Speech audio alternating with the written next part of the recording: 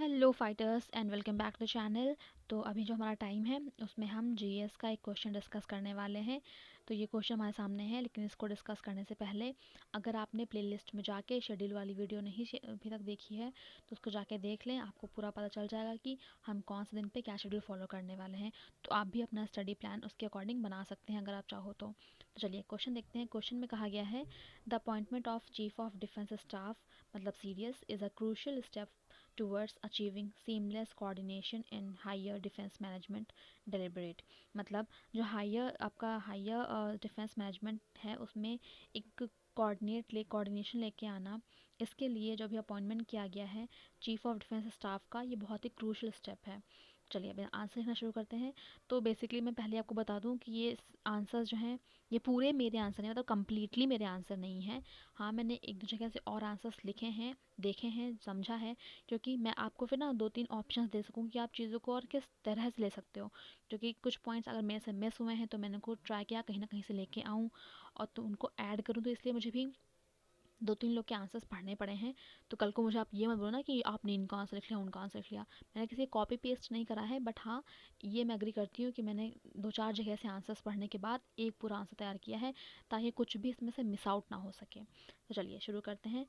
तो बेसिकली मैंने इस आंसर में तीन तरह के इंट्रो रखे हुए हैं। तो पहला इंट्रो जो है वो इस तरह से है: chief of defence staff is an officer who will integrate the three services army navy and air force by supervising all of them, keeping them under the same umbrella। मतलब जो चीफ ऑफ डिफेंस स्टाफ है एक तरह का एक ऐसा officer है जो कि बाकी की तीनों सर्विसेज मतलब आर्मी नेवी और एयरफोर्स है, इनको क्या करेगा, इंटीग्रेट करेगा। और कैसे करेगा वो भी? बाय सुपरवाइज करेगा। और जितनी भी ये तीनों की तीनों आपकी जो फोर्सेस हैं इनको एक ही अम्ब्रेला के अंदर रखेगा, मतलब सेम इक्वलिटी देगा एक तरह से। आप ऐसे कह सकते हो। मतलब बेसिकली हमने इसमें क्या बताया कि चीफ ऑफ डिफेंस स्टाफ है क्या, इसमें हमने ऐसे किया। और जो नेक्स्ट वाला आपका, ये आप इंट्रो में लिख सकते हो: cabinet committee on security approved appointment of first chief of defence staff who will be single point military adviser to the government. ये जो आपका सेकेंड वाला इंट्रो है ये हमारा करंट अफेयर से रिलेटेड है। जो करंट अफेयर में उसने रिसेंटली अभी कैबिनेट और कमेटी ने अपॉइंट किया था first chief of defence staff को। ठीक है जी, जो कि जैसे एक सिंगल पॉइंट होगा मिलिट्री एडवाइज़र के लिए, गवर्नमेंट के लिए। ठीक है जी, तो अभी इसका एक और है वो भी देख लेते हैं। मैंने एक और रखा है, ये ये लास्ट इंट्रो आप ऐड कर सकते हो। सीडीएस, एक minute. CDS one of office, तो ये वन है, one of office created in defence ministry which will be heading department of military affairs. मतलब सीडीएस एग्जैक्टली करेगा क्या, आप यहाँ से बता सकते हो। मतलब सीडीएस को आप मतलब किसी भी क्वेश्चन को आप तीन तरह से दिखा सकते हो। पहला, जिसके बारे में पूछा गया आप वो बता सकते हो। दूसरा, अगर करंट अफेयर्स में रिलेटेड कुछ था आपके दिमाग में हिट कर गया आप वो बता सकते हो। या फिर कोई बहुत ही बेसिक सी, जैसे कि थर्ड वाली जो है बहुत ही बेसिक सी डेफिनेशन है, आप ऐसे भी बता सकते हो। ठीक है जी, बहुत ही बेसिक सा इंट्रो है मतलब। चलिए, अब कहा गया है जो भी लिया गया है स्टेप ये क्यों इतना क्रूशल है इसके बारे में बात करते हैं।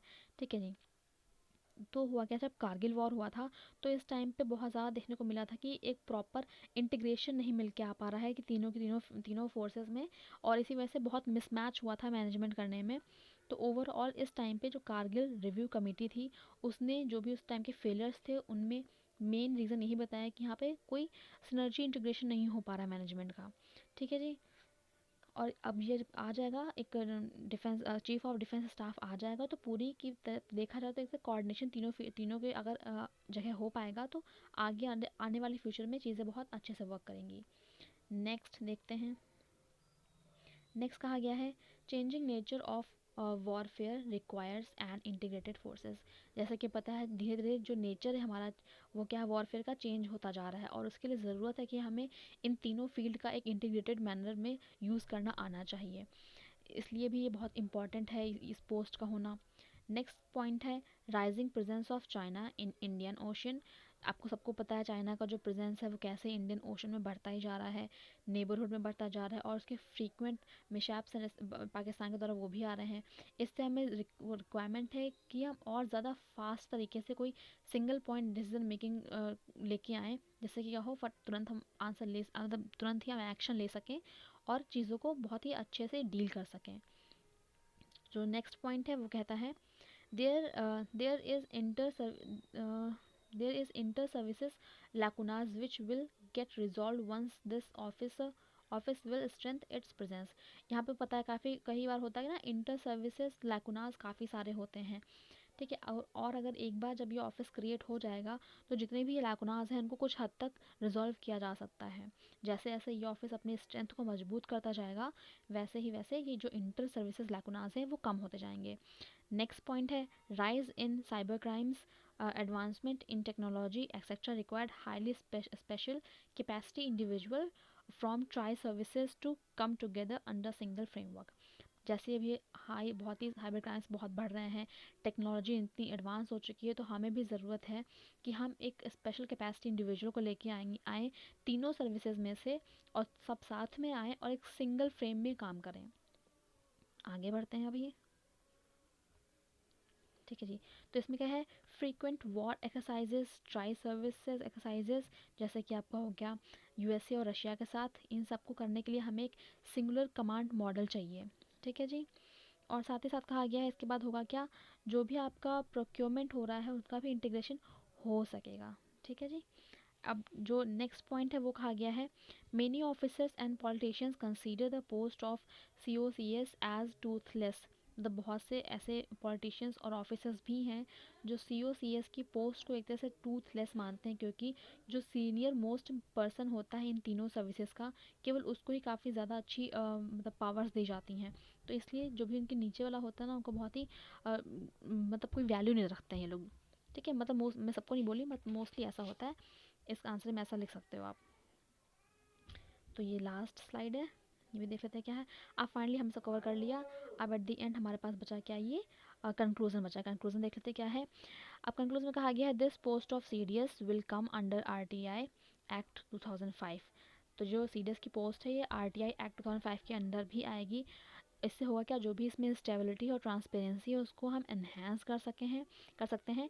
The people of India can feel safe from attack, जैसे कि आपको पुलवामा डोकलाम हो चुका था, सेफ। तो इसमें हुआ क्या, सीडीएस का पूरा एक वो है, क्या इंपॉर्टेंस इस वाले कंक्लूज़न में हमने ये बताया। और दूसरा कंक्लूज़न भी हमारे पास, इसको भी देख लेते हैं हम।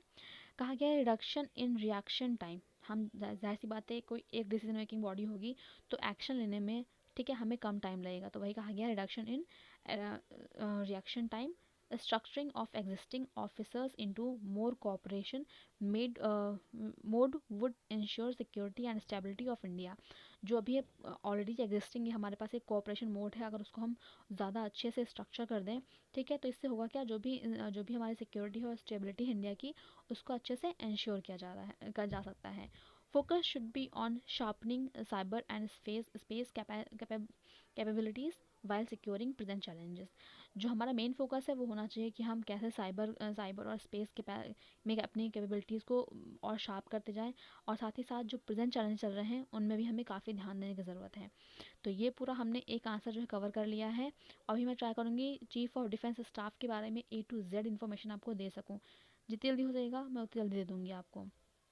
और बाकी आपको ये कैसा लगा आप प्लीज़ मुझे बताइएगा, क्योंकि आई थिंक ये मैंने काफ़ी टाइम बाद ऐसा कुछ करा है, तो मुझे भी नहीं आइडिया कि क्या है। अगर शायद मैं सिर्फ अपना आंसर लिखती तो मैं बहुत चीज़ें जो मैंने आपको 2 से 3 इंट्रो दिए और 2 ये आपको मैंने कंक्लूजन दिए, शायद ये मैं ना दे पाती, क्योंकि उसमें सिर्फ मेरे ही थॉट होते हैं। इसलिए मुझे ज़रूरी लगा कि मैं 2-3 लोग के आंसर्स पढूं और उसके बाद ये लिखूं। तो आप मुझे बताइएगा आपको कैसा लगा, या फिर कोई भी इम्प्रूवमेंट अगर आप चाहते हो, इसमें कोई पॉइंट ऐड करना है, या फिर कुछ ऐसा पॉइंट जो नहीं इसमें होना चाहिए था बट मैंने इंक्लूड कर दिया, जो ये गलतियाँ सबसे होती हैं। तो अगर आपको लगता है ऐसा कुछ है तो प्लीज़ मुझे कमेंट सेक्शन में बताएं। आई विल ट्राई कि नेक्स्ट टाइम मैं आपके वर्ड्स पे पूरा का पूरा काम कर सकूँ। तब तक के लिए बाय बाय, थैंक यू।